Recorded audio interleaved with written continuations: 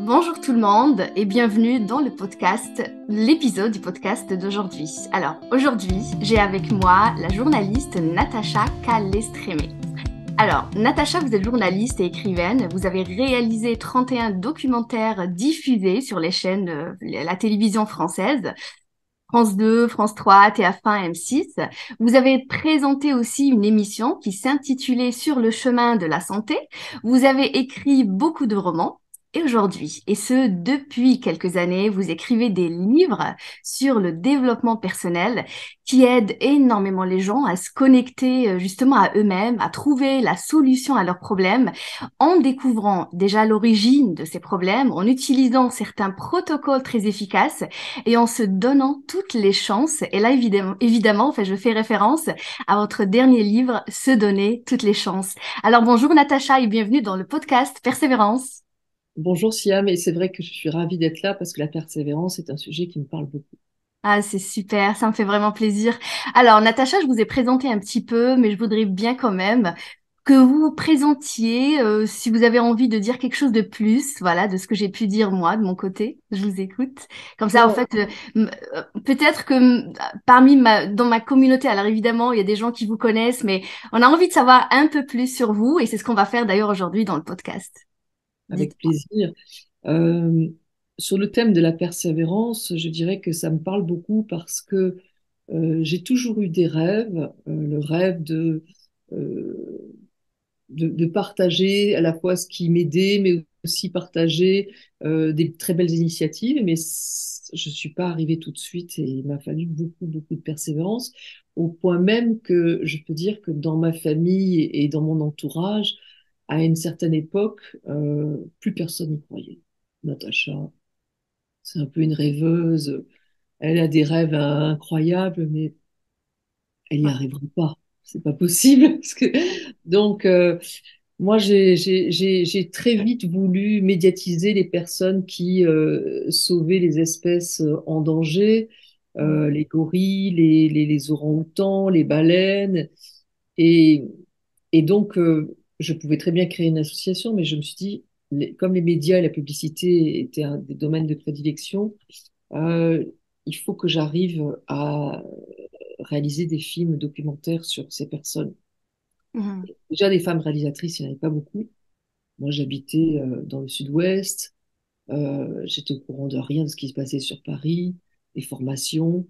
Donc, j'y suis allée par mes petits chemins. Je me suis dit, bon, j'ai un BTS publicité et communication, donc je vais aller vers la publicité en tant que commercial.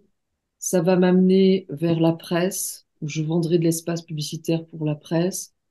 Puis peut-être, j'arriverai à la télévision.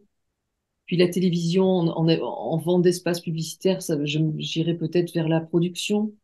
Et donc peut-être après, j'apprendrai la réalisation et enfin, je vais y arriver. Voilà, je me suis dit, je vais essayer d'arriver comme ça.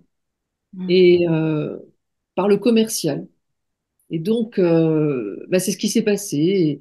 Et je suis restée. Voilà, à Paris, j'ai fait une première année en vente d'espace publicitaire. Ensuite, je suis restée 2 ans à François où je vendais l'espace publicitaire à François. Puis 2 ans de plus en vente d'espace publicitaire à VSD avec VSD Nature, avec Nicolas Hulot. Donc, ça me rapprochait de l'environnement, voilà. Et Mhm. puis après ces 2 ans, d'ailleurs, il faut que je raconte cette histoire incroyable qui s'est passée à partir de VSD qui m'a permis d'aller de franchir un vrai cap dans dans la mission que je m'étais fixée. C'est que euh, ça fait donc des années que j'essaie d'y arriver. J'écris en parallèle en tant que journaliste sous un pseudo. À l'époque, c'est Luce Calès, parce que Luce, c'est mon deuxième prénom, et Calès, c'est la moitié de Calès Trémé. Donc, j'écris sous pseudo Luce Calès en tant que journaliste pour différents mensuels. Et donc, c'est formidable, tout va très bien, mais j'arrive pas à aller vers la télévision et j'arrive pas à vivre de mon journalisme. Et donc, je tourne en rond. Et finalement, je me dis, ben, donc, je vais rentrer à Bordeaux, je vais créer une régie publicitaire dans le sud-ouest. À l'époque, mon mari de l'époque veut absolument rentrer sur Bordeaux et moi je me dis, bah, mes rêves d'y arriver, bah, finalement, bah, c'est mort. J'ai Ouais. dit, Ouais. j'y suis pas arrivée, ça fait des années que j'avance et j'y arrive pas. Je me donne tous les moyens, mais j'y arrive pas. Bon. Ouais. Et la chose étonnante, c'est que j'ai donc convaincu le patron de VSD et il me dit, vendredi, à la fin de la semaine, tu viens signer ton contrat. Bon, ok, ok, pour partir de Paris et rentrer à Bordeaux. Et puis, le lundi matin, Nicolas Hulot m'appelle, il rentre du Costa Rica, il me dit, ah, je viens de lire un livre extraordinaire, il faut absolument que tu le lises, ça s'appelle L'Alchimiste de Paulo Coelho. Ouais. Ouais. Et je lis ce livre et je le dévore dans la nuit et j'entends parler de destinée personnelle, de pluie de signes et la pluie de signes, elle va arriver. Parce que le lendemain, le mardi, j'ai une amie qui rentre d'Inde avec ses enfants et elle me dit, est-ce que je peux venir dormir chez toi? Je dis, oui, oui, pas de problème. Et j'ai pas d'enfants à l'époque et je rentre, enfin, je vais à Bordeaux pour avoir des enfants et puis voilà. Ouais. Et elle me met la tête à l'envers avec ses deux gamins et je réalise, mais je suis pas prête. Mhm. Ouais. Deuxième signe. Troisième signe, le mercredi, ma sœur jumelle m'appelle et me dit, tu sais, maintenant je peux te le dire, j'ai toujours pensé que tu reviendrais jamais à Bordeaux aussi vite. Ok. Jamais. Elle me connaît hyper bien. Un nouveau signe.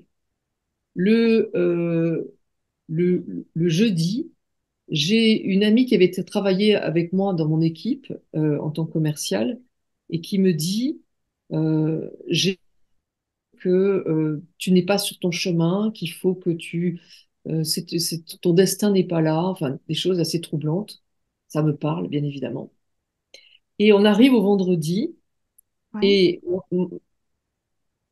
je suis là, je dois aller à 5 heures signer et le temps se passe et en fait, j'arrive pas. Et à 18 heures, vendredi, j'ai un appel d'un chasseur de tête qui me dit, j'ai vu les résultats que vous avez en tant que commercial, c'est exceptionnel.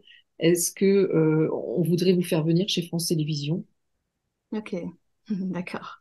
Donc, on m'amène à la télévision Mhm. et donc j'y vais. Ça, c'est incroyable. Et donc, ça a été un coup de pouce quelque part du destin parce que j'avais mis toute mon énergie. C'est pas arrivé par hasard. J'ai beaucoup de personnes qui me disent, oh, Natacha a trop de chance.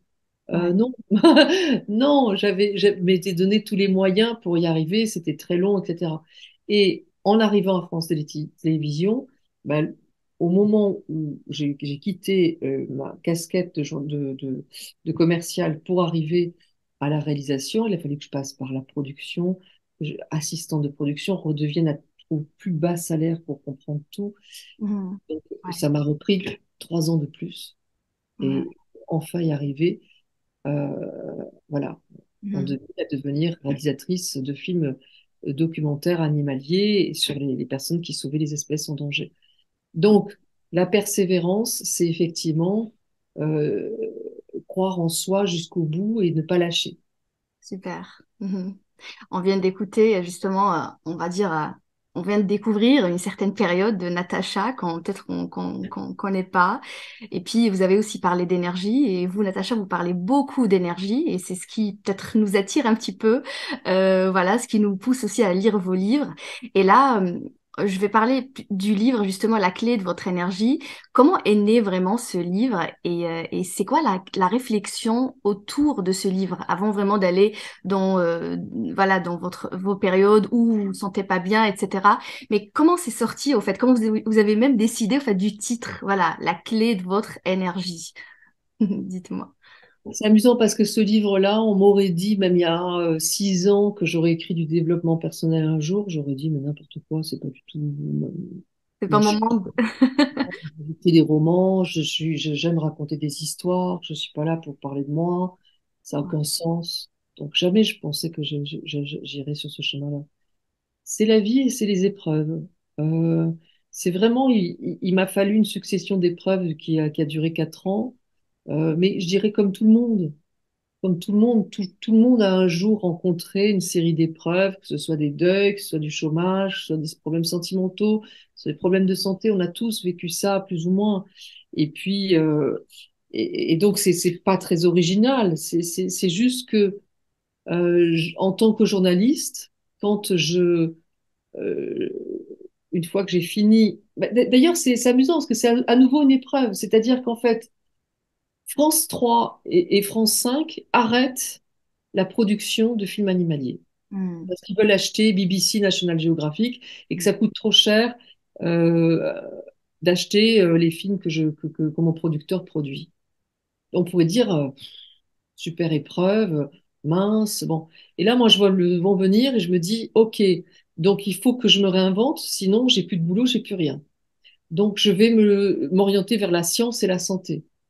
Mm. Et je vais aller, voilà, je vais faire des films sur la mortalité des abeilles, sur l'impact des pesticides sur notre santé, le fait qu'ils soient hyposolubles, qu'ils vont dans le gras et que donc dans notre corps, le fait que je vais faire des films sur un film sur l'autisme, sur les perturbateurs endocriniens, sur le réchauffement climatique. Et donc, je Oui, m'ouvre à une autre possibilité, je sors de l'animalier suite effectivement à une porte qui se ferme.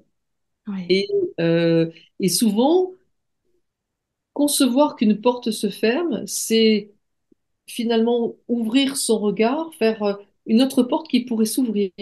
Mhm. Oui, Et donc, aller vers la science et la santé, ça me permet d'interviewer des énergéticiens, des chamans, des médiums, qui ont certes un discours un peu bizarre, oui. Mhm. dire parfois un peu grand n'importe quoi. Un peu Euh, étrange. Oui, mais bon, j'écoute avec curiosité, bienveillance, je prends des notes, oui. disant voilà, c'est intéressant, partage. Moi, je suis pas là pour juger. Il y a des Mhm. choses que la science n'explique pas, et c'est très bien. Gardons le mystère de la vie, même si encore une fois, ça me paraît quand même un peu étrange. Mhm. Oui, Et après cette succession d'épreuves, je vais subir, vraiment, je dis subir parce que c'est comme ça que je le vis à l'époque. oui, oui, oui, oui. C'est une nouvelle porte qui vient de se fermer et qui m'ouvre sur un autre chemin. Mais je l'ignore Mhm. complètement. Mhm. À ce Et vous, moment-là, voilà, vous ignorez qu'il y avait quelque chose, voilà, qui vous attendait quelque part, quelque chose peut-être de mieux, hein, pour vous dans votre vie. qui va me permettre finalement d'être sur mon chemin plus que je ne l'ai jamais été, Mhm. alors que j'ai l'impression de m'éloigner du chemin que je me suis fixé, qui est Ouais. l'objectif de ma vie. Oui, oui. Et, Mhm. et finalement, ces différentes épreuves lourdes, euh, non seulement elles vont me mettre sur mon chemin, mais surtout, et ça c'est le plus important, Mhm. elles vont me permettre de penser PANSER, penser mes blessures, guérir mes blessures, retrouver mon énergie, me libérer de fardeaux émotionnels. C'est toutes ces épreuves-là dont je vais pouvoir me libérer. Et je continue encore, parce Mhm. que la vie n'est pas exempte de problèmes au quotidien, plus ou moins gros. Euh, et, euh, et donc, à chaque fois, c'est une remise en question sur se dire, qu'est-ce que cette vie a à m'apprendre de moi? Qu'est-ce que je dois comprendre? Et qu'est-ce que, finalement, voilà. Et donc, en me penchant sur ces interviews passées, Mhm. je réalise que dès qu'on vit une épreuve, on perd de l'énergie. Mhm. Mhm. Que si ces épreuves, ces déstabilisations plus ou moins grandes, lorsqu'elles sont faites par une personne, un proche, et qu'elles sont répétées, non seulement je perds de l'énergie, mais la personne qui me fait vivre ça se nourrit de cette énergie. Voilà. Les Mhm. psychiatres parlent de vampirisation inconsciente. Et donc, on va, en fait, je peux dire, Siam, peut-être la manière dont ça se passe, c'est que euh, alors que je relis ces interviews, je lis des manuels de psychiatrie en psychotrauma, etc. Et je fais le pont entre le fait que quand on vit une épreuve, et peut-être que les gens qui écoutent vont penser à un accident, vont penser à un deuil qu'on annonce, vont penser à un chômage qu'ils subissent, vont penser à l'annonce d'une rupture, ou peut-être même à une gifle pendant leur enfance. Mhm. Et qu'à ce moment-là, eh bien, la psychiatrie explique très très bien qu'il y a un premier état de sidération, on est comme pétrifié. Une deuxième étape de dissociation, où on regarde la situation comme si on était étranger à soi-même. Et une troisième étape qui arrive tout aussi vite, qui est une fuite mentale et qui nous empêche de penser, de réagir normalement. Mhm. On est dans l'incapacité d'interagir avec les autres, ou même de réagir avec soi-même et contre les autres. On est incapable de dire non, on Mhm. est incapable de dire stop, on est incapable de dire je vais mal, on est, on- le choc peut même être suffisamment grand pour que l'entourage dise, bah dis donc, elle n'a pas réagi, Ouais, ouais. Mhm. elle n'a pas d'émotion, elle s'en fout, quoi. Mhm. On est figé, Non, en fait. On est figé et ça voilà, prend de voilà. l'énergie. C'est même le contraire. C'est Ouais, parce qu'il y a trop d'émotions ouais. qu'on se protège et qu'il y a une partie de nous qui s'extrait, qui fait qu'on perd de l'énergie. Alors les énergéticiens, les médiums parlent de perte d'âme. Bon, et l'âme, eh ben, c'est justement la confiance en soi, l'estime de soi, Ouais. tous ces sujets que j'ai beaucoup abordés. Voilà. Et cette épreuve nous a privés de notre estime de soi, de notre confiance en soi, et même notre façon de penser et de réagir. Bon. Et, et donc, en comprenant ces mécanismes, je vais, ça c'est la bonne nouvelle, mettre en pratique ces rituels chamaniques ou énergétiques dont il m'avait parlé. Je vais les transformer en protocole pour pouvoir, ce qu'on les fasse tout seul, chez soi, sans avoir l'aide d'un chaman, d'un énergéticien, parce que bah, on est le meilleur maître d'œuvre pour récupérer notre énergie. Mhm. Oui, tout à fait. Quand on fait les choses soi-même, je reçois tous les jours des mails de personnes qui me disent, est-ce que vous pouvez me mettre en rapport avec un énergéticien, avec un chaman, etc. Mais je leur dis, si un énergéticien ou un chaman prend l'énergie de l'autre et vous la redonne, et que l'autre, il est plus fort que le chaman, il se passera rien, Ouais. rien, Mhm. rien. Alors que si nous, on dit, Mhm. je récupère l'énergie que tu m'as prise, mais je fais en sorte que tu récupères l'énergie que d'autres t'ont prise, et parfois moi-même y compris, Mhm. eh Ouais. bien, on a un équilibre. Il y a deux forces qui s'équilibrent. Il n'y a pas de perdant, il n'y a pas de gagnant. Il y a un troc. Je Mhm. récupère, tu récupères. Et donc, on voit bien qu'il peut lâcher. J'ai des personnes qui me disent, ouais, mais moi, j'ai pas envie qu'il récupère l'énergie, que d'autres lui ont prise, il mérite pas ça, etc. Oui, et ça, on va le faire parce que c'est le seul moyen qu'on ait pour récupérer, nous, notre énergie. Notre énergie. Il y Mhm. a, voilà, je récupère, il n'y a pas de perdant. Et ça, c'est Est-ce que, vraiment super important. ouais. Est-ce que vous, aujourd'hui, vous avez pu justement récupérer toute votre énergie grâce à justement ce livre et comment, c'est-à-dire, est-ce que vous vous trouvez satisfaite de tout ça aujourd'hui ou il y a encore du travail à faire? C'est-à-dire, est-ce que c'est du travail continu, c'est ça? Oui, ça ne Pour s'arrête récupérer. jamais. Ouais, Alors, c'est vrai que j'ai 10 fois plus d'énergie qu'avant ouais. et j'en ai toujours eu beaucoup, beaucoup. Mhm. Euh, mais moi, j'ai envie de dire, les années passent et je regarde les photos, sans filtre, hein, d'accord, hein, Ouais.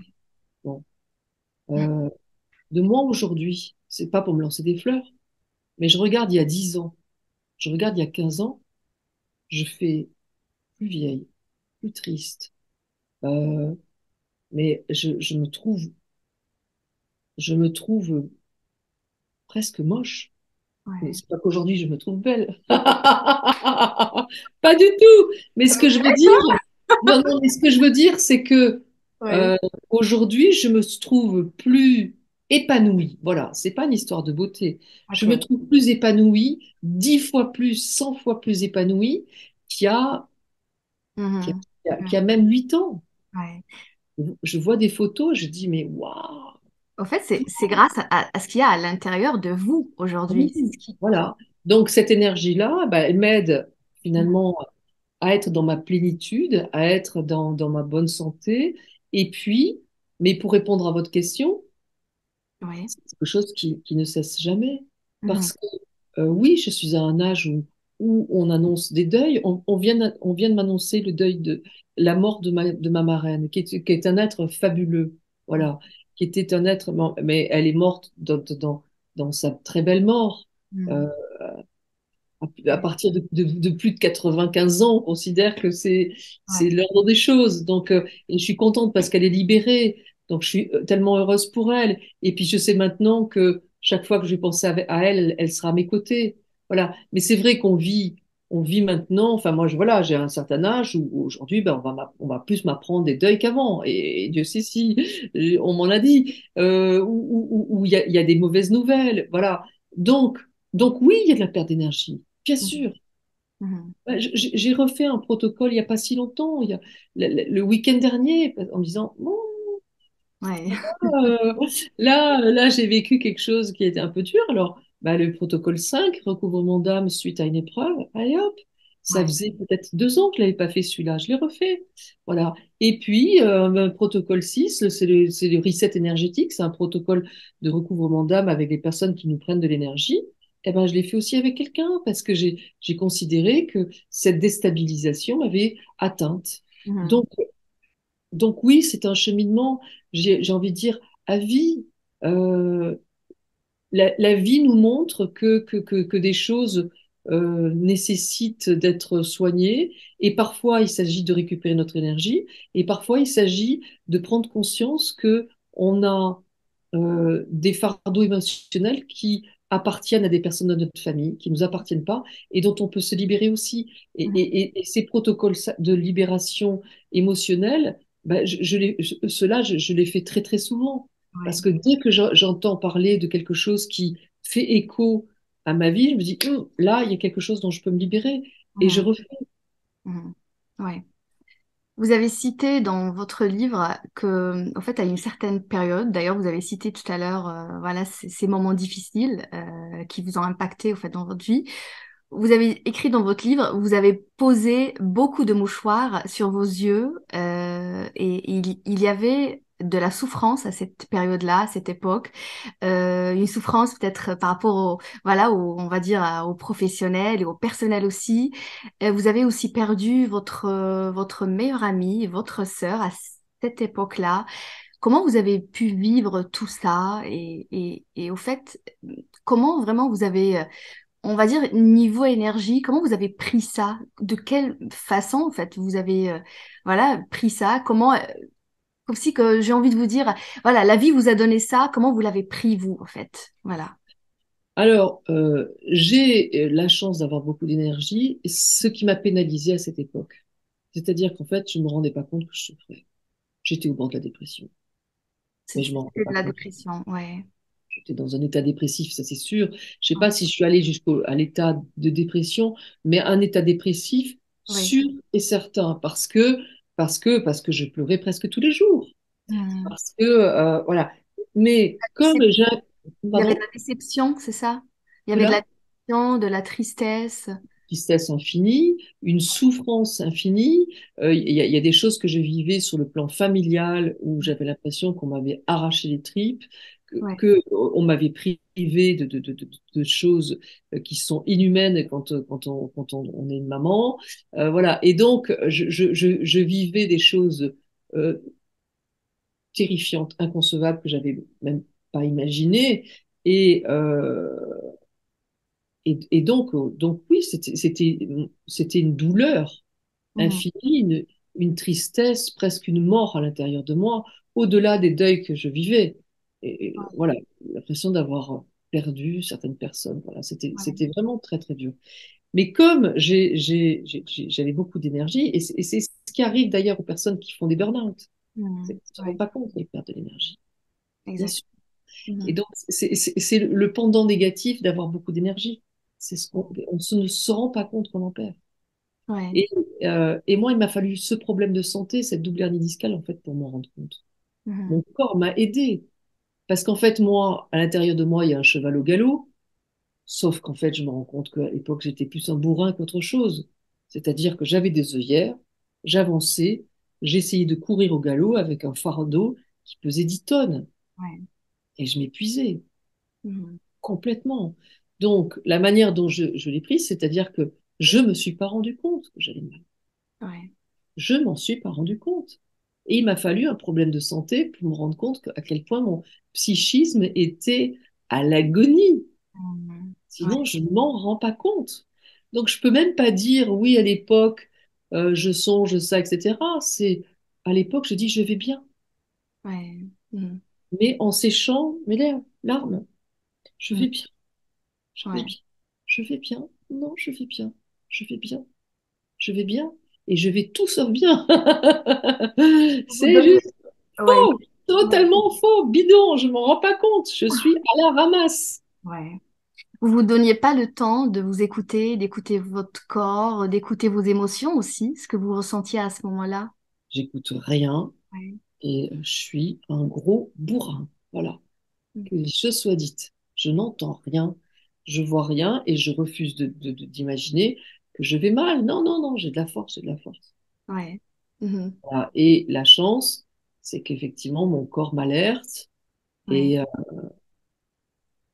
je vais vous citer un exemple d'une personne comment dire, d'une dame avec qui je suis en contact, Ouais. qui, son histoire est assez remarquable dans le sens où Mhm.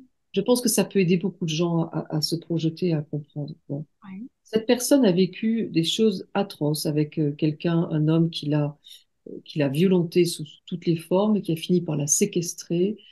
Elle a failli vraiment être internée. C'était, c'était terrible. Bon.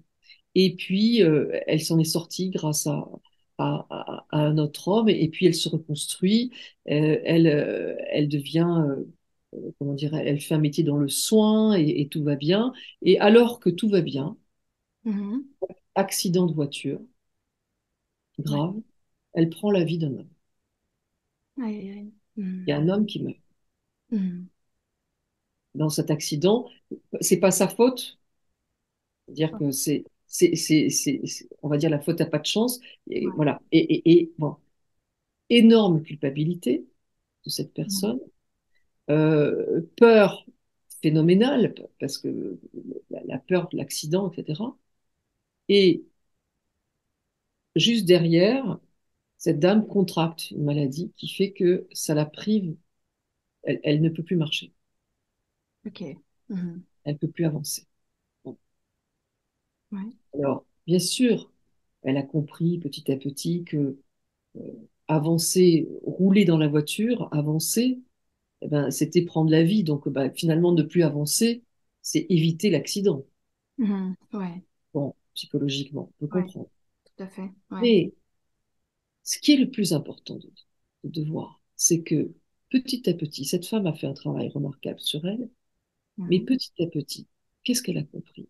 Elle a compris que on a tous une âme qui est, si on considère que ça existe, hein, après ça regarde chacun d'entre nous, hein, mais on Mhm. va dire qu'il y a un peu plus de la population mondiale qui croit à la survie de la conscience. Ouais, tout à Plus fait. de la moitié de la population mondiale qui croit à la survie de la conscience. Donc, Mhm.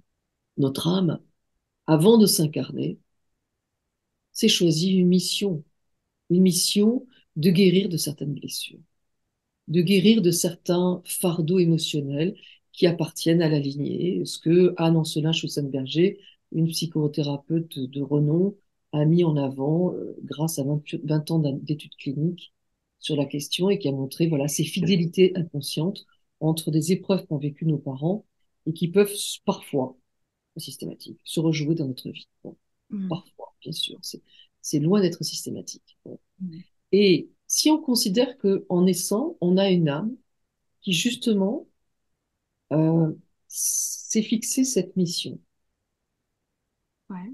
eh bien peut-être que l'accident de voiture, on peut considérer comme un drame absolu. Mhm. Cet homme-là, Ouais. la chose étrange, c'est qu'il venait de perdre sa femme et qu'il était fou amoureux d'elle. Ou amoureux d'elle, d'accord. Ouais. Et Ouais. qu'il n'y a aucun doute sur le fait que l'âme de cet homme Mhm. avait décidé de partir pour la rejoindre. Mhm. Il n'y a pas de question là-dessus. Ça a été sûr pour tout le monde, même pour la fille de cet homme. Mhm. Ok, mais pourquoi cette femme elle était sur ce chemin. Et si on considère que finalement, cet accident qui provoque cette culpabilité, cette peur, qui ensuite l'empêche d'avancer normalement, qui fait contracter cette maladie, est là encore un cadeau Mhm. bien caché pour lui permettre de travailler sur elle-même, pour guérir d'anciennes blessures qu'elle n'a pas encore qu'elle n'a pas encore guéries, qui est un moyen finalement de se libérer de culpabilité, de peur qu'elle a vécue à travers toute son enfance, toute son adolescence et toutes ses premières années de femme adulte avec cet homme qui l'a terrorisée, qui l'a malmenée, etc. Ben, Mhm. tout d'un coup, elle a vu ce lien et finalement, eh bien, l'accident devient le moyen de comprendre que son âme exulte d'être en si bon chemin, finalement, Ouais. de se dire, elle n'est pas la victime d'un sort, elle n'est pas la victime d'un sort qui s'acharne, d'un univers qui est malveillant, elle est Mhm. euh, partie prenante d'un puzzle assez étrange, où finalement elle a été sur la route de cette personne pour lui permettre à elle Mhm. de guérir d'anciennes épreuves. Et tout d'un coup, on sort de l'aspect de je suis victime, Tout à on fait. rentre dans la dimension de je, je suis en chemin pour guérir quelque chose de mon âme. Ouais. Et c'est magnifique. C'est Et moi, magnifique. je dis, Ah. cette femme m'a dit récemment, ça va faire 7 ans que j'ai eu mon accident. Ouais.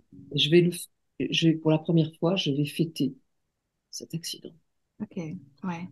Aujourd'hui, elle le voit comme un cadeau, en fait. Elle le voit comme comment dire, le choix de son âme Ouais. d'avoir finalement vécu des choses pour lui permettre de se guérir Mhm. d'anciennes épreuves, Et de se sentir mieux. Ouais. de se sentir mieux. Alors c'est un long chemin. Elle a Tellement. beaucoup travaillé sur elle. En plus, Ouais. c'est quelqu'un qui fait des soins, donc voilà. Mhm. Donc c'est pas facile. Ce que je veux dire, c'est qu'il faut des années. Et Mhm. peut-être que les gens qui nous écoutent vont se dire, mais attendez, moi, la mort d'un tel, je peux pas le prendre comme un cadeau. C'est entendable. Bien Ouais. sûr, moi, quand ma sœur décède, on m'aurait dit c'est un cadeau. J'aurais dit non, mais vous êtes dingos, les gars. Mhm. Et pourtant, et pourtant, c'est à ma sœur, qui est dans le coma à l'époque, que je dis, tu sais, pardonne à ceux qui t'ont fait souffrir. Et là, Mhm. je m'effondre là. Et je lui dis, mais comment est-ce que je peux te demander de pardonner alors que je suis incapable de pardonner, moi, à ceux qui m'ont fait du mal. Et si aujourd'hui, Siam, Mhm. j'ai réussi à pardonner complètement Mhm. à ceux qui m'ont fait du mal, c'est grâce à ma petite sœur. C'est grâce à votre petite sœur. Ouais, c'est incroyable. Grâce à ma petite sœur. Ouais. Parfois, on reçoit comme ça des choses de la vie. Ça peut être voilà, des accidents, justement des décès, etc. On se rend pas compte qu'il y a derrière quelque chose justement de beau. Voilà.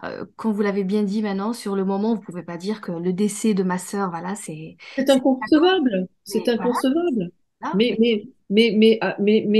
notre mission sur Terre est de comprendre ce qui se cachait oui. Hmm. Et là-dedans. votre, et votre livre, justement, la clé de votre énergie aide beaucoup, justement, les gens à comprendre, en fait, d'où ça vient tout ça et percevoir les choses autrement. Conduit, en fait, directement en fait, à se dire que oui, il y a de l'espoir dans la vie et c'est pas parce que voilà, on a eu un décès que la vie s'arrête, que il faut comprendre, en fait, ce qu'il y a au-delà de tout ça. Vous avez tout à l'heure parlé de l'accident, de ce que appellent peut-être d'autres personnes le destin. On dit aussi que voilà, c'est le destin qui a fait que voilà que j'ai cet accident avec telle personne pour qu'enfin justement j'arrive à peut-être me soigner de certaines blessures et me sentir enfin voilà bien. J'aime beaucoup l'exemple que vous avez donné. Vous avez aussi parlé de l'intuition dans votre livre. Et elle est importante évidemment pour pouvoir décider dans notre vie, pour pouvoir choisir aussi, parce que c'est notre boussole en quelque sorte. Justement dans le livre La clé de votre énergie, est-ce que vous pouvez aujourd'hui juste nous dire, comme ça généralement, comment on peut la développer? J'ai vu beaucoup de gens s'intéresser à ça et je reçois aussi des questions. Comment je l'écoute, au fait, cette intuition? Comment je comprends que c'est l'intuition qui parle, c'est pas le mental, etc. Comment on la développe aujourd'hui, Natacha, l'intuition? Alors, l'intuition, c'est vrai qu'elle est souvent parasitée par des peurs, par des fantasmes ou par des souhaits. Et on se dit, mais est-ce que c'est moi qui me projette qui projette mes peurs, qui projette mes souhaits? C'est extrêmement difficile. Je dirais que déjà, première chose, l'intuition, il y a une notion de fulgurance. Ouais, Si c'est quelque chose qui vient en y réfléchissant, c'est plus de l'intuition. c'est plus ça. Ça Ouais, vient comme ça, l'intuition. Il y a ouais. quelque chose de la soudaineté quand ça vient tout de suite. Après, je Mhm. propose un exercice dans la clé de votre énergie Oui, comment dire, moi, m'a beaucoup aidé. C'est que à travers tout ce que j'explique là, ouais. enfin, tout ce que j'explique, tous les exemples que j'ai donnés, qu'est-ce qui fait que tout d'un coup je vais sur mon chemin? C'est la maladie, la douleur dans mon corps. Qu'est-ce Mhm. qui fait que cette dame, elle avance sur son chemin? C'est la douleur dans son corps. Et en fait, aujourd'hui, ce qui est le plus important, c'est d'écouter son corps. Le corps ne se trompe pas. Mhm. On sait que quand tout d'un coup on rencontre quelqu'un avec qui on a des affinités, notre corps, on le sent. Oui. J'ai les atomes crochus.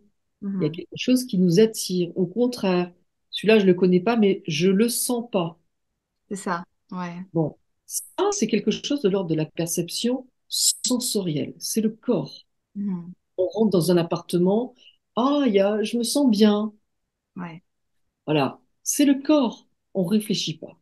Donc, l'exercice que je propose, c'est toujours de se référer à notre corps.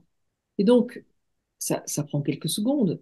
Moi, je vais inviter les auditeurs à penser à un choix qu'ils doivent faire. Alors, ça peut être, c'est important de prendre un choix qui n'est pas, qui ne soit pas important pour la première fois. Ça peut dire, qu'est-ce que je fais à manger ce soir? Ça peut être, est-ce que, alors, et l'important est de faire pas une question fermée mais ouverte. Donc, non, Ouais. de faire des choix à deux possibilités. Par exemple, ça va être est-ce que je fais à manger ce soir Ouais. que des légumes ou est-ce que je fais à manger ce soir du poulet?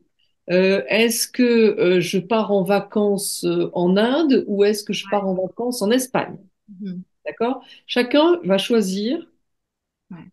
euh, voilà, se poser une question avec deux possibilités. Mhm. Est-ce que j'attends les prochaines soldes ou est-ce que je m'achète cette robe tout de suite? Est-ce Ouais. que j'attends on m'achète le Magimix, le robot Magimix, ou est-ce que j'attends qu'on me l'offre? Bon, Ouais. on se fait comme ça nos deux positions. Vous l'avez, Siam? Vous avez une question que, ouais, Ouais, ouais, ouais, ouais. vous pouvez le partager ou préférez garder pour vous? Disons, est-ce que je vais en vacances en fin d'été ou plutôt à la rentrée scolaire? Voilà, D'accord. Fin août ou en septembre, c'est c'est ça. ça? Voilà. Ok, génial, excellent. Donc, on va le faire ensemble, comme ça va permettre aux personnes de le faire en même temps. Mhm. Vous fermez les yeux, Ouais. Je ferme les yeux. voilà, et vous allez vous dire la première option, Ouais. je pars en vacances fin août. Alors, je pars en vacances fin août. Voilà. Et maintenant, vous regardez votre corps. Vous voyez comment il réagit. Au Mhm. niveau de vos épaules, au niveau de votre ventre, au niveau... Voilà. Est-ce qu'il y a quelque chose qui se resserre ou est-ce qu'il y a quelque chose qui se déploie? Terminé. Là, maintenant, vous dites rien et vous dites maintenant, je pars en vacances à la rentrée en septembre. Je pars en vacances à la rentrée en septembre. Et vous regardez votre corps aussi. Est-ce qu'il se déploie, est-ce qu'il se resserre? Et vous comparez avec tout à l'heure.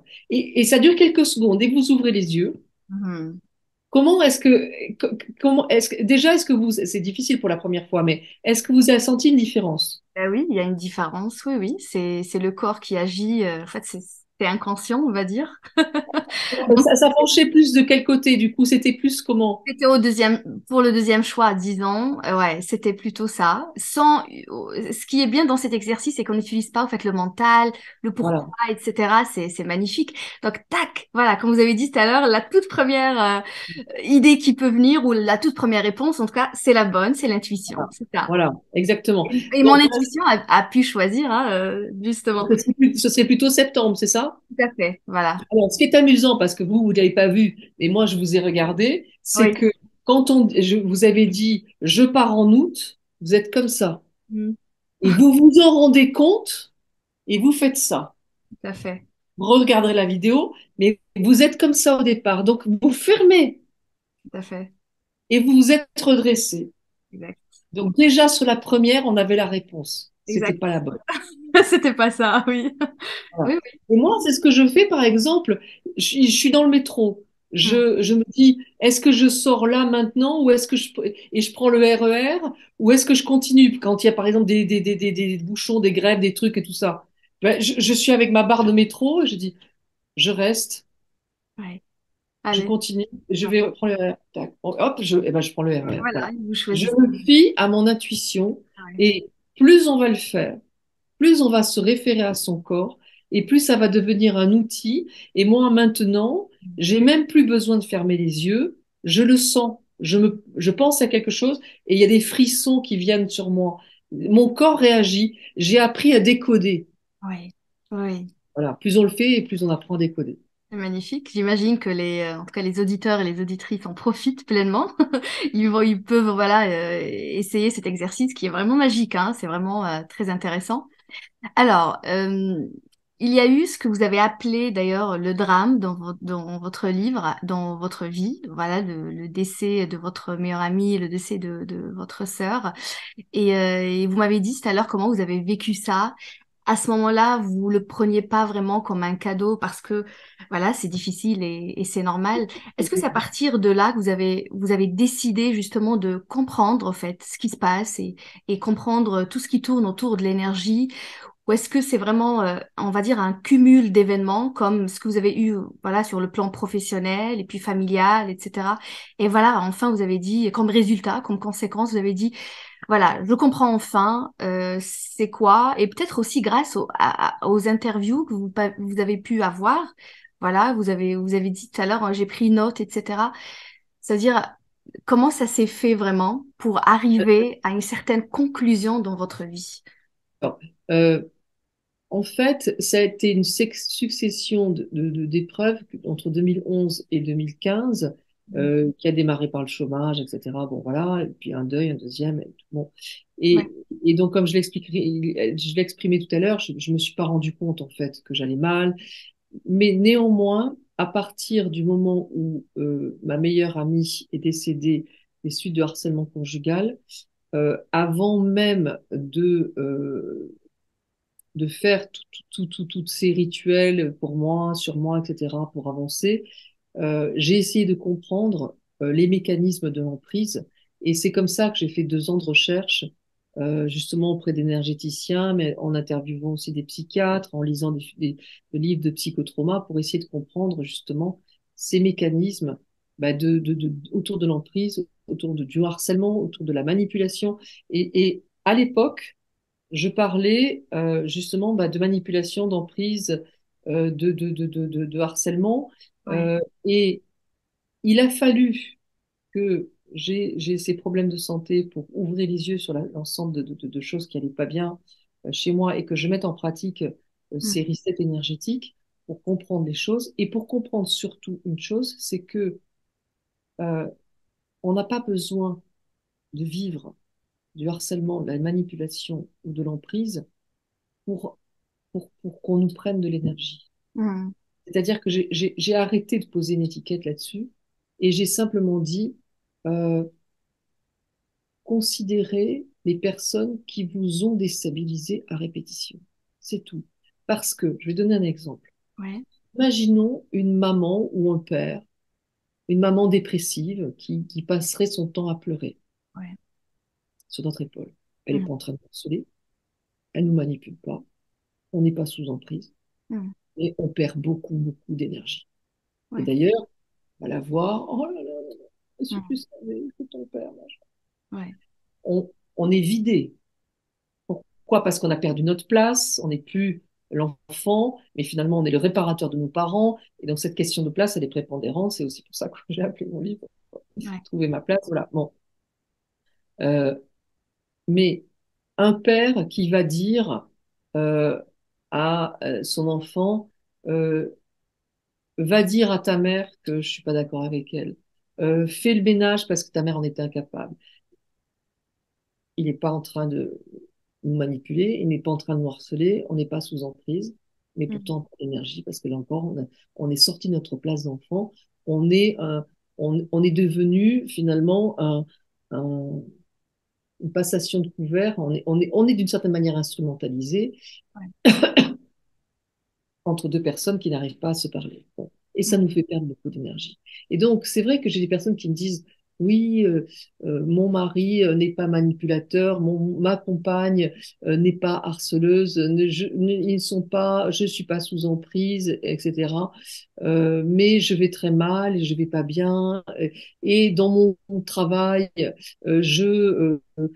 mon patron me parle mal, etc. Et tout ça. Et Ouais. je leur dis, mais on n'a pas besoin d'étiquettes. Ou je suis dépendant affectif, on me l'a dit, etc. Non, arrêtez avec ces étiquettes qui finalement euh, nous collent quelque chose sur le front et on se dit, bah, c'est comme ça, j'y peux rien, je suis comme ça. Je suis Non, tout à fait. Ouais.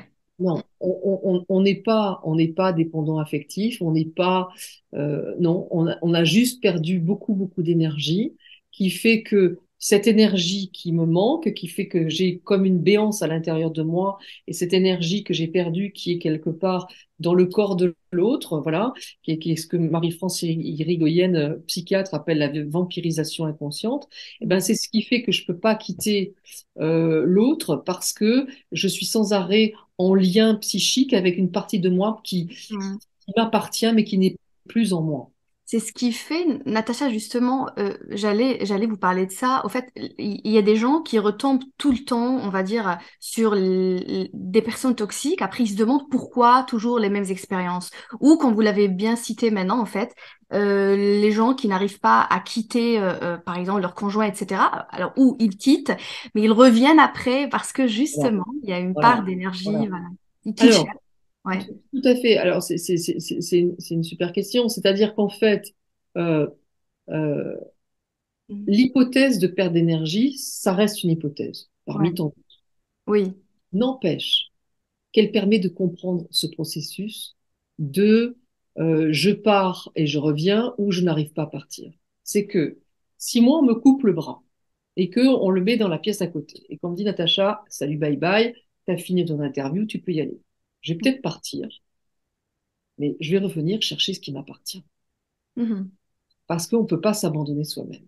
Et moi, j'ai des personnes, des femmes, des hommes qui me disent, j'ai divorcé depuis 5 ans, 10 ans, 20 ans, je pense à l'autre tous les jours. Est-ce que je suis amoureuse de lui ou est-ce que je suis amoureux d'elle? Mm. Non, vous êtes juste encore en contact avec une partie de vous-même qui n'est plus à l'intérieur de votre corps. Et la Mm. bonne nouvelle, c'est que vous pouvez récupérer cette énergie Mm. en faisant le protocole 6, en récupérant l'énergie que l'autre vous a prise, le troc dont on parlait tout à l'heure, qui fait que je vais redevenir entier.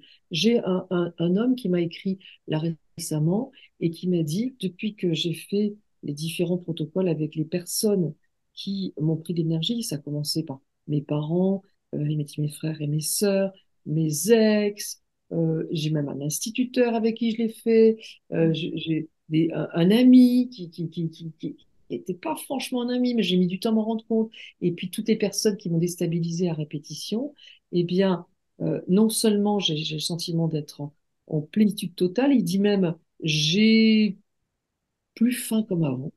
Ouais. J'avais toujours envie de manger, j'ai plus faim comme avant. Il s'appelle Pierre, ce monsieur, il se reconnaîtra peut-être. Mm. Et il y a quelque chose de l'ordre de la plénitude, je suis entier. Et quand on est entier, eh bien, on peut dire les choses, on peut dire non, on peut dire stop, on devient plus fort, Et on on reprend confiance en nous-mêmes. C'est ça. reprend confiance, Ouais. on reprend l'estime de soi, on reprend notre façon de penser, on reprend tout ce on a perdu. Donc ça, c'est essentiel. C'est Mm. essentiel. Donc, c'est là où, en fait, finalement, une Ouais. hypothèse a l'intérêt que si elle permet de comprendre certaines choses. Et Mhm. non seulement elle permet de comprendre certaines choses, mais en plus, Ouais. j'ai reçu des centaines, pour pas dire des milliers ou des dizaines de milliers de témoignages de Ouais. personnes qui m'ont dit s'être reconstruite, avoir réussi à quitter la personne alors qu'elles n'y arrivaient pas avant parce qu'elles avaient récupéré leur énergie, Ouais. etc., etc. Ou Super. même parfois passer à côté de la mort, Mm. à échapper à la mort grâce justement, voilà. Et les personnes me disent, waouh, j'y suis arrivée. Je dis, eh ben, c'est vous qui l'avez fait. Ouais. Et remerciez-vous, vous, parce que personne ne vous a obligé, c'est vous qui l'avez fait. Moi, Ouais. je n'ai fait que mettre à disposition des livres qu'on peut trouver d'ailleurs en bibliothèque et en médiathèque. Je veux dire, moi, je ne suis pas là. Voilà, j'ai mis à disposition des Mm. outils et Mhm. chacun est libre au Tout à moment fait. où ça lui parle de le mettre en pratique. Tout à fait. Mhm. Et c'est pour ça aussi que récemment j'ai écrit Se donner toutes les chances. C'est parce que là, c'est un cheminement en fait pour face à la maladie, mais aussi face à l'épreuve. Parce que on parlait d'étiquette tout à l'heure. Mm. Bon, Ouais. mais c'est vrai on s'identifie très vite à notre symptôme. Et à partir du moment où on comprend que finalement, oui, on peut avoir un mal au dos. Oui, on peut avoir mal à une sciatique, un problème d'inflammation, une migraine, quelque chose. Mais qu'on n'est pas que ça, Tout à qu'il y fait. a des parties saines à l'intérieur de notre corps et que se connecter à nos parties saines, voir le verre à moitié plein plutôt que verre à moitié vide, tout ce cheminement que je propose grâce à, à- à des médecins et des chercheurs que j'ai interviewés, et ben c'est ça qui te permet de finalement sortir d'un marasme dans lequel on se complaît parfois Ouais. parce qu'on est envahi par cette douleur. Tout à fait. Mhm. Donc Et voilà, voir les choses un peu autrement, ça permet bah, de prendre la distance et surtout de voir à quel point on a un rôle à jouer là-dedans. tout à fait. On a un rôle à jouer, j'aime bien ça. Et comme certaines personnes, en fait, font par exemple un accident dans leur vie, ils ont une jambe cassée ou un bras cassé, bref, voilà, il y a quelque chose physiquement, en tout cas une douleur physique, ils vont aller voir un médecin, faire des radios, etc. Et puis, on oublie souvent qu'il y a aussi le côté que vous citez en tout cas toujours, le côté un peu psychique et le mental qu'on doit aussi soigner, les émotions aussi. Et donc, ce qui est intéressant dans vos livres, y compris, en tout cas surtout peut-être le dernier, c'est que tout est vraiment complémentaire en fait, Natacha. On se soigne physiquement et puis on a besoin aussi, voilà, de comprendre au-delà enfin, de tout ça, qu'est-ce qui se passe au fait au niveau de mes émotions, comment je me sens et qu'est-ce qui m'empêche aujourd'hui, même si j'ai guéri physiquement et je me sens peut-être en forme, qu'est-ce qui m'empêche de me sentir épanouie, heureuse, etc. On C'est oublie. marrant que vous posiez cette question, Siam, parce que euh, c'est vrai que bah, quand on est malade, on va voir un médecin. Bon, ça, c'est imparable. Hein, c'est la base. Et parfois, le médecin nous guérit et parfois pas complètement. Il nous reste une petite douleur. Et puis parfois, il nous guérit, puis parfois, ça revient. Bon. Mm, Les maladies chroniques, on en a tous rencontré plus ou moins. Et ça prouve bien que finalement, on n'est pas allé chercher l'origine. mm,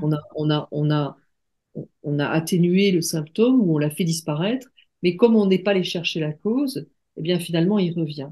ça revient. Et la- Mm, la- la- le cheminement de se donner toutes les chances, c'est justement se dire, euh, c'est peut-être ouvrir les yeux sur une autre façon de concevoir mm, la maladie, c'est-à-dire que oui, je vais voir mon médecin en premier lieu, bien sûr, mais peut-être que mon corps a quelque chose à me dire. Et ça, c'est le docteur, professeur de médecine Gérard Osterman qui dit toute maladie mm, est finalement le symptôme de quelque chose qui demande réparation. mm, Est-ce qu'il y a des valeurs en moi qui doivent être réparées? Est-ce qu'il y a des événements douloureux qui doivent être réparés? Et je reviens exactement à cette dame tout à l'heure qui ne pouvait plus marcher. J'ai omis de préciser qu'aujourd'hui, elle marche. Elle a besoin de quelqu'un pour avancer, pour la tenir, parce qu'elle ne se sent pas encore sécurisée. Mais j'ai aucun doute sur le Mm. fait qu'elle ait fait le lien entre cet accident qui l'a culpabilisée et qui faisait que, quelque part, elle était dans l'auto-blocage. Ouais. Je n'avance pas parce que quand j'avance, je peux tuer quelqu'un. Mm. Et que on a tous des autoblocages. Ouais. On a tous des culpabilités, des choses qu'on a mal faites, des choses qu'on aurait pu mieux faire, Mm. des choses qu'on a faites en disant je vais aider quelqu'un et on a fait le contraire parce qu'on Mm. ne connaissait pas la personne. On a tous vécu ça. Ça crée de la culpabilité Ouais. ou bien le fait qu'on était plus regardé pendant l'enfance Oui. et où Ouais. on se dit j'explose à ma pleine lumière, je vais faire de la peine à l'autre. Tout à fait. Ou Mm. au contraire, qu'on a été moins regardé et qu'on se dit, je mérite pas d'être regardé. Mhm. Dans les deux cas, on voit que ça crée des autoblocages. Et Mhm. que ces autoblocages, finalement, ils sont là pour être explosés Mhm. parce que, euh, parce que notre âme demande de les réparer. Oui. Et que si on considère que notre âme, son chemin, c'est d'avancer, eh ben, le chemin de l'autre, c'est d'avancer aussi en position peut-être inférieure ou supérieure, mais c'est son âme qui l'a choisi. Tout à fait. Ouais. Et donc, on n'a aucune raison de culpabiliser puisque chacune de nos âmes de notre âme, enfin, a choisi son chemin. Mhm. Et donc, on fait du mieux qu'on peut en Ouais. essayant de se remettre en question et d'avancer, mais en se disant, tiens, là, il y a quelque chose qui est arrivé pour me faire comprendre qu'il y a des choses qui peuvent être nettoyées autrement. Mhm. Et ce prisme différent, c'est pour ça que ces livres-là, ils sont complémentaires, mais vraiment, se donner toutes les chances, il est vraiment différent parce que autant La clé de votre énergie et Trouver ma place sont des livres pratiques où on Oui, va c'est ça. pratiquer. Mhm. Autant Se donner toutes les chances, c'est absolument pas un livre pratique, c'est un chemin, ouais, un livre de cheminement qui, qui est là pour nous permettre en fait de considérer les choses autrement et de se dire, euh, voir la maladie ou le potentiel de la maladie, parce qu'on peut être en parfaite santé, mais se projeter guéri, voir tout ce que ces médecins proposent justement euh, pour faire ce pas de côté et cesser de considérer qu'on est une victime Ouais. euh, de la maladie, etc., eh bien, c'est ça qui va nous aider sur, on va dire, tous les plans de notre santé mentale, Mhm. émotionnelle et physique. Voilà. Ouais. Ce lien avec l'émotion, il est essentiel, c'est ce que vous disiez, et s'arrêter aux symptômes physiques ou aux symptômes psychiques, eh ben, il faut aller voilà, au-delà, Bien. se tourner vers cet émotionnel douloureux, comprendre qu'on a quelque chose à comprendre, Mhm. qui doit être guéri, réparé, et que c'est à notre portée. Et c'est pour ça que Ouais. ça arrive. Ouais. Est-ce que dans votre entourage, à vous, Natacha, il y a quelqu'un, peut-être, je sais pas, un ami, quelqu'un de la famille, peut-être qui a pu lire le livre et à qui il a justement, peut-être il a fait de l'effet ou il a servi ou est-ce que vous pouvez nous donner un exemple aujourd'hui de voilà dans votre entourage? Dites-moi. Ça manquerait d'humilité, mais j'ai envie de dire que je ne compte plus. Je ne compte plus, puisque ça a commencé comme ça. C'est-à-dire qu'au moment où je me répare et que mon mari me dit, écris un livre, on est en 2016, je lui dis, écoute, c'est du bol, je ne suis pas légitime. Et ce sont tous mes proches, famille, collègues, voisins, collègues de voisins, amis de collègues, qui me sollicitent, alors qu'à l'époque, je ne suis que journaliste Hmm. et, qui me disent est-ce que tu peux m'aider ou est-ce que tu peux m'aider pour mon fils, ceci, cela. Donc, je leur partage en fait ces rituels chamaniques que je vais très vite transformer en protocole dans des ateliers Hmm. et où le corps médical vient se former. Hmm. Et voilà, je me souviens d'un psychiatre venu en atelier pour se former à ces rituels. Moi, je suis stupéfaite qu'il soit Ouais. psychiatre et qu'il se forme. Et l'atelier durait une journée. Je précise que je n'en propose plus pour l'instant d'atelier. Ah, d'accord. J'ai malheureusement pas le temps, voilà, mais ça viendra peut-être, mais pour l'instant, j'ai pas le temps. Et qui me dit, à la mi-temps, juste avant l'heure du déjeuner, Ouais. il me dit, je viens de comprendre pourquoi je suis médecin, je viens de comprendre la question, ce que je cherche depuis le début. Alors, il m'a pas dit quoi, je peux même pas préciser quoi, mais Ok. il a eu comme une illumination sur peut-être le chemin de son âme et il a compris quelque chose. Bon. Ouais. Donc, des témoignages, j'en ai eu tellement. Après, parmi les personnes les plus proches, Proche. il y a mon mari qui a, comment dire, a vécu, il a partagé dans Nos âmes oubliées, euh, il a vécu un inceste, quelque chose de très grave que, hélas, beaucoup de personnes ont vécu, hein. C'est Oui. un fléau qui est Ouais. malheureusement commun et qui a perdu, voilà, à l'âge de 2 ans et demi, de très grandes fractions de son âme. Hmm. Et il a fait donc les recouvrements d'âme et, euh, et il y a quelque chose où vraiment il s'est transformé. Il y a beaucoup de colère qui a disparu, il y a beaucoup de choses. Et il n'a pas fait que ça. Il a fait plein de choses et c'est sur son chemin. Et c'est merveilleux, voilà, de voir à quel point les choses évoluent et se transforment et très bien. Et je ne sais pas où le chemin l'amènera ensuite, mais ça le regarde. Mais en tout cas, euh, voilà, des cas, j'en ai eu de façon.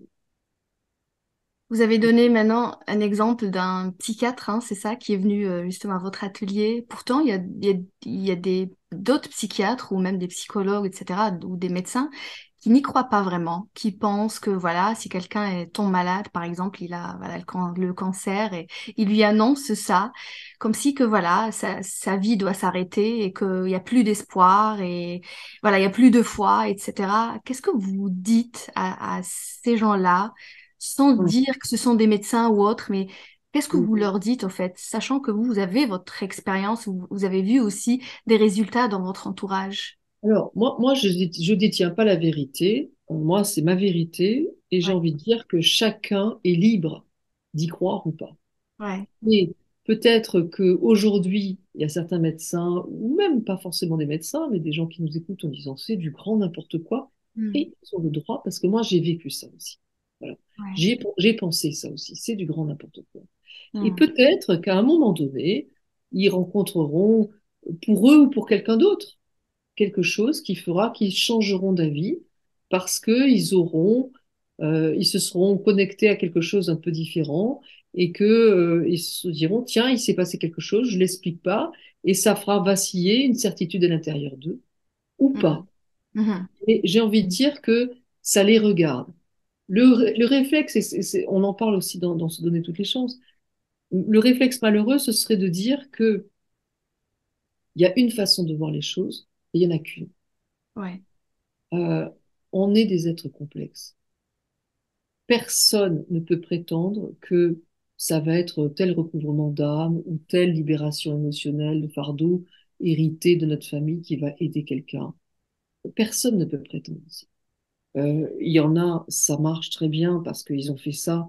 Et j'ai plein de gens qui m'ont dit, j'ai fait 10 ans de psychothérapie, ça n'a rien fait. J'ai fait les protocoles et bling, bon.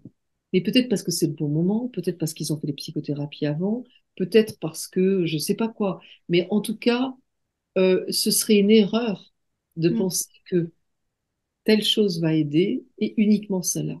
Il y en Mm. a plein d'autres. Et pour certaines personnes, c'est le professeur de médecine, Jean Serman, qui dit, restons humbles devant la guérison parce qu'on ne sait pas ce qui guérit.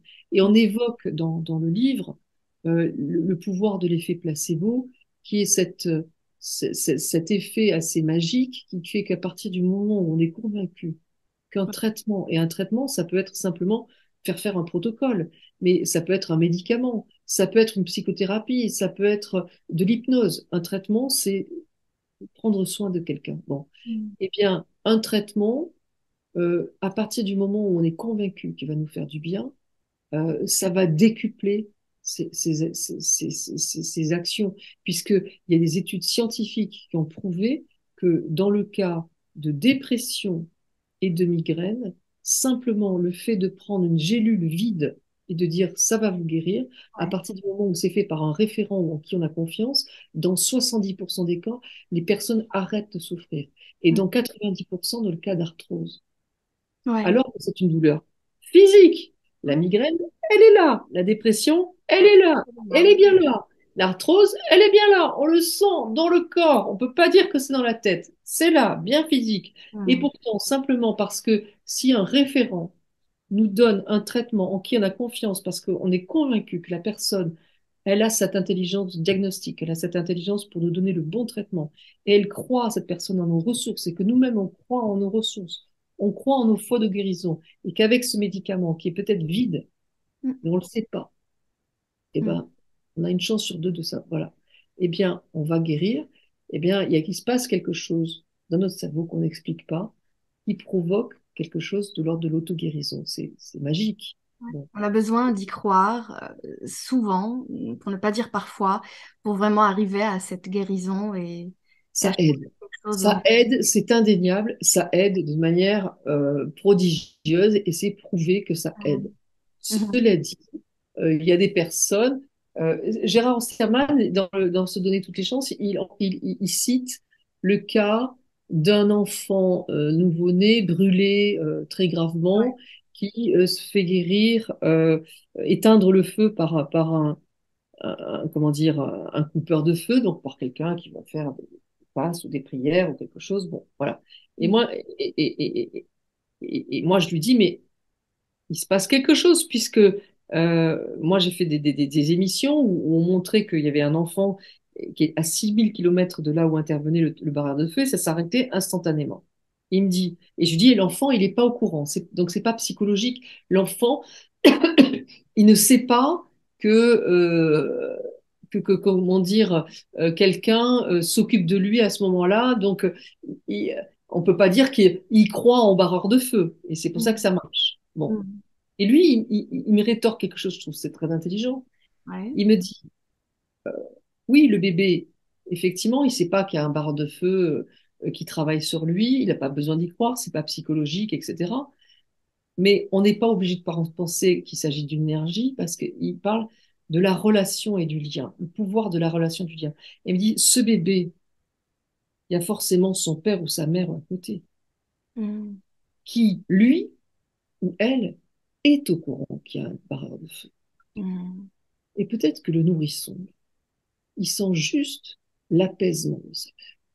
Ouais, juste Et la que paix. ça suffit. Alors, personne ne peut prouver que c'est ça ou ça.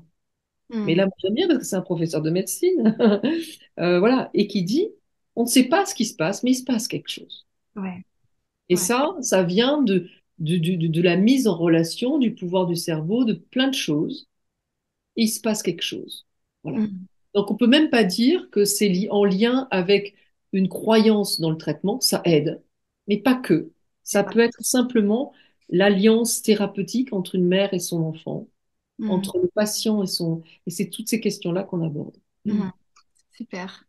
Alors, votre livre, Trouver ma place, est magnifique. Je l'ai lu. Est-ce que Natacha, aujourd'hui, elle a trouvé sa juste place, sa vraie place dans le monde? Et comment vous sentez dans votre vie aujourd'hui? Comment vous vous décrivez, on va dire? Oui, alors j'ai vraiment le sentiment d'avoir trouvé ma place sur le plan professionnel, sur une visibilité que j'avais pas à une Ouais. époque et que j'ai aujourd'hui. Franchement, je m'en plains pas, hein. Je veux dire, c'est assez exceptionnel, hein. C'est, Mm. c'est, oui, c'est fabuleux.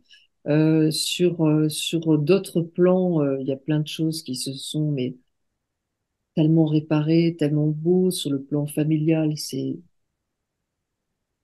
Il y a même certaines personnes, je doutais vraiment qu'un jour on puisse être autant en osmose et en amour, tellement c'est beau et magnifique. Maintenant, j'ai le sentiment que je dois quand même avancer sur mon chemin, peut-être de manière un peu différente, en me disant par moi-même, voilà, il y a des choses sur lesquelles je suis en train de réaliser que je dois avancer un peu. autrement. Encore une fois, le chemin, il n'est pas fini. Ouais. J'ai encore des choses à me prouver, peut-être plus personnelles. Mhm. D'accord. Et j'imagine que nous aussi, on aura des livres à lire, hein, Ouais, tout à fait. dans ce cas-là. Et Oui. puis, et puis, une envie aussi de renouer avec un travail en commun. Voilà, Ah oui. j'ai un Ok. projet qui devait sortir le 1er juin, ceux qui nous écouteront. Sortira le 21 juin. La date est repoussée parce que c'est sur un plan marketing, il paraît que c'est mieux. Ben Ok. voilà. Donc ça sortira le 21 juin. C'était la question suivante. Est-ce que vous avez des projets que vous, voilà, Ouais. vous Alors, je allez... peux pas en parler parce que Ok. j'ai un devoir de Ah, confidentialité, mais en tout cas, voilà, il y a un gros projet qui va sortir 21 juin et dans lequel je vais pouvoir partager beaucoup plus avec l'entourage des choses. Donc, je suis très, très, très contente et puis c'est un travail en commun, donc c'est chouette. super. Alors, la toute dernière question. Vous avez persévéré dans votre vie, Natacha, et ça se voit. Et voilà, on a découvert beaucoup de choses sur vous encore dans cet épisode. Qu'est-ce que c'est vraiment la persévérance pour vous? Vous l'avez un peu décrite au début de l'épisode, mais voilà, dites-nous vraiment à la fin de cet épisode ce que c'est vraiment la persévérance, comment vous la voyez selon votre angle de vue. Alors, la persévérance, je pense que c'est au fond de soi.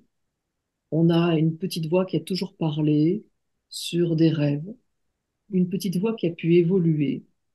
Et la persévérance, c'est se relier à cette voix qu'on pourrait appeler un enfant intérieur, que moi j'appelle l'âme, et Mhm. qui au fond de soi fait qu'on se lève le matin en disant, j'ai envie de m'épanouir de cette manière.